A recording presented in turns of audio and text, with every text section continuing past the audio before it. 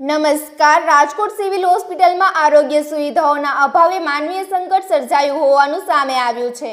કોંગ્રેસના આગેવાન રોહિતસિંહ રાજપૂતે દર્દીઓને સાથે રાખીને કલેક્ટરને રજૂઆત કરી છે।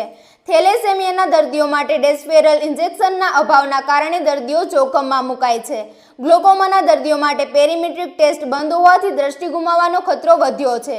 ઉપરાંત એમ્બ્યુલન્સ અને સબવાહિનીની અછતથી દર્દીઓ અને સ્વજનો મુશ્કેલીમાં મુકાય છે।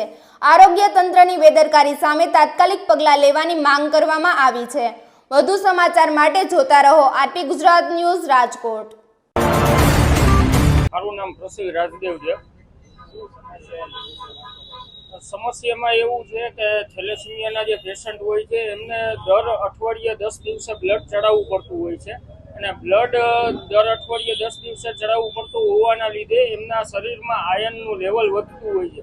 હવે આયર્નનું લેવલ ઘટાડવા માટે ડેસ્પેરલ ઇન્જેક્શન લેવા પડે છે।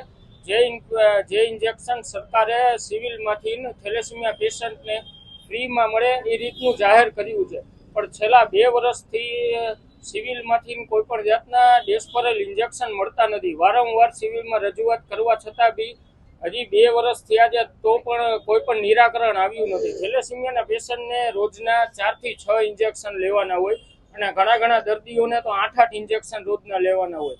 હવે એક ઇન્જેક્શનની કિંમત 300 રૂપિયા છે।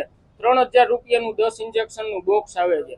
તો જ્યારે રોજના 4 8 ઇન્જેક્શન લેવાના હોય તો એ પછી દર્દીઓને કેવી રીતે પોસાય? જે બધા મધ્યમ વર્ગના દર્દીઓ હોય, સામાન્ય વર્ગના દર્દીઓ હોય, તેમને ક્યાંથી પોસાય?